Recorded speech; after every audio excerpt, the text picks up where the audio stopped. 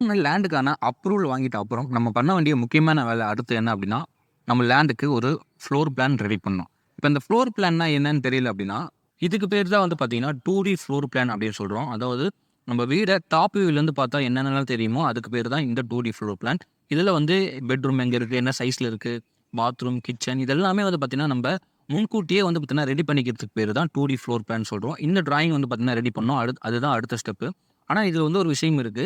என்ன அப்படின்னா, இதில பார்த்தீங்கன்னா, அவாய்ட் டாக்குமெண்ட்ஸ் மெஷர்மென்ட். அதாவது அந்த பத்திரம்னு ஒண்ணு இருக்கும். அந்த லேண்டோடைய பத்திரத்தில இந்த அளவு வந்து பார்த்தீங்கன்னா குடுத்துருப்பாங்க. ஃபார் எக்ஸாம்பிள் இதோ இருக்கு பாருங்க. இந்த மாதிரி வந்து நார்த்ல வந்து 30 அடி, கிழக்குல வந்து பார்த்தீங்கன்னா 30 அடி, வடக்குல 60 அடி இந்த மாதிரி வந்து அளவுகள் குடுத்துருப்பாங்க.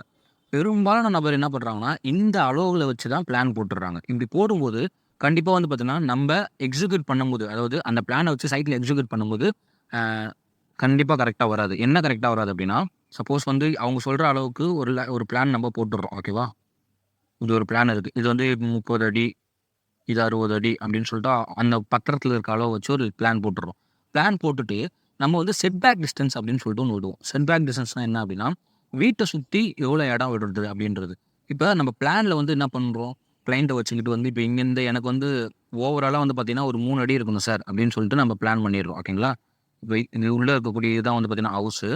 இத சுத்தி இருக்கிற இந்த இது வந்து பார்த்தீங்கன்னா, செட் பேக் டிஸ்டன்ஸ்ன்னு வச்சுக்கோங்க. இப்ப இது எல்லாமே 3 அடி இருக்கு. ஓகேங்களா? 3 ஃபீட். இப்ப இது பிளான் பண்ணியாச்சு.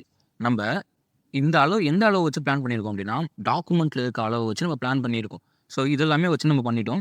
இப்ப சைட்ல போயிட்டு நம்ம எக்ஸிக்யூட் பண்றோம் அப்படின்னா, கண்டிப்பா இப்ப நம்ம எக்ஸிக்யூட் பண்ணும்போது என்ன பிரச்சனை வரும் அப்படின்னா, ஆல் சைடு வந்து பார்த்தீங்க அப்படின்னா, இப்ப இது இப்படி மார்க் பண்றோம் அப்படின்னா, ஆல் சைடு 3 ஃபீட் வராது. எதுனா ஒரு சைடு வந்து பார்த்தீங்கன்னா என்ன ஆகும்னா, கோஸ் வரும். கோஸ்னா என்ன சொல்றோம் அப்படின்னா, இப்ப இதுதான் வீடு. ஓகேங்களா? வீடு அவுட் பண்ணிட்டோம். சுத்தி வந்து பார்த்தீங்கன்னா, இப்ப காம்பவுண்ட் வால் நம்ம கட்டுவோம் பார்த்தீங்களா? நம்ம பிளான்ல வந்து சுத்தி 3 ஃபீட் இருக்க மாரி பிளான் பண்ணிடுவோம். எக்ஸிக்யூட்டும் கரெக்ட்டா பண்ணுவோம். ஆனா, ஆக்சுவலா வந்து பார்த்தீங்கன்னா, கரெக்ட்டா வராது. எப்படி வரும் அப்படின்னா, இப்படி 3 சைடு மேபி ஒரே மாதிரி ஈவனா வரும். ஒரு சைடு வந்து பார்த்தீங்கன்னா, இப்படி கோஸா வர வாய்ப்பு இருக்கு. இல்லன்னா 2 சைடுமே கோஸா வர வாய்ப்பு இருக்கு. இல்லன்னா இந்த சைடு கோஸா வர வாய்ப்பு இருக்கு. இந்த மாரி கோஸ் அடிச்சிரும். அதுக்கு காரணம் என்ன தெரியுமா? நம்மளுடைய லேண்ட் வந்து பார்த்தீங்கன்னா, பத்திரத்தில இருக்க அளவு மாதிரி இருக்காது. பத்திரத்தில இப்ப வந்து 30 60 அடி 60 அடி அப்படின்னு போட்டிருக்காங்கன்னா, இங்க ஆக்சுவலா 60 அடி இருக்காது. மேபி 58 அடி இருக்கலாம். ஓகேங்களா? இங்க வந்து பார்த்தீங்கன்னா 30 அடின்னு போட்டிருக்காங்கன்னா, மேபி 29 அடி 6 அங்குலம் இருக்கலாம். இந்த மாதிரி அளவுகள் மாறும். ஸோ, அப்ப நம்ம என்ன பண்ணணும் அப்படின்னா, பத்திரத்தில இருக்க அளவ எடுத்து கன்சிடரே பண்ணக்கூடாது. ஓகேங்களா?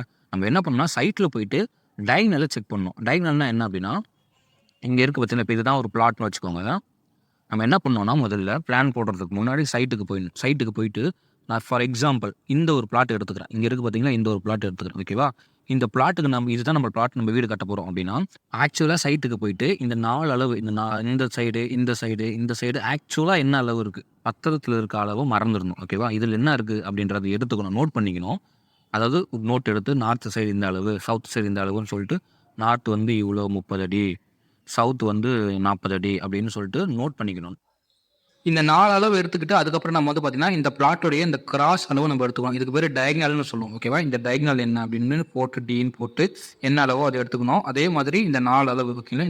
அவுட்டர் இருக்கிற 4 அளவு ஓகேங்களா? இந்த அளவு ஆக்சுவலா பிளாட்ல என்ன இருக்கோ, அத வச்சு தான் நம்ம பிளான் போடணும். ஓகேங்களா? அப்படி போட்டா மட்டும் தான் நம்மளுக்கு வந்து பார்த்தீங்கன்னா, கரெக்ட்டா நம்ம பிளான்ல போட்டது வந்து பார்த்தீங்கன்னா, நம்மளுக்கு சைட்ல மார்க் பண்ண முடியும் கிடைக்கும். ஓகேங்களா? ஸோ பத்திரத்தில இருக்க அளவ வச்சு நம்ம பிளான் போடக்கூடாது. ஓகேங்களா? அந்த ஒரு விஷயத்த மட்டும் புரிஞ்சுக்கணும்.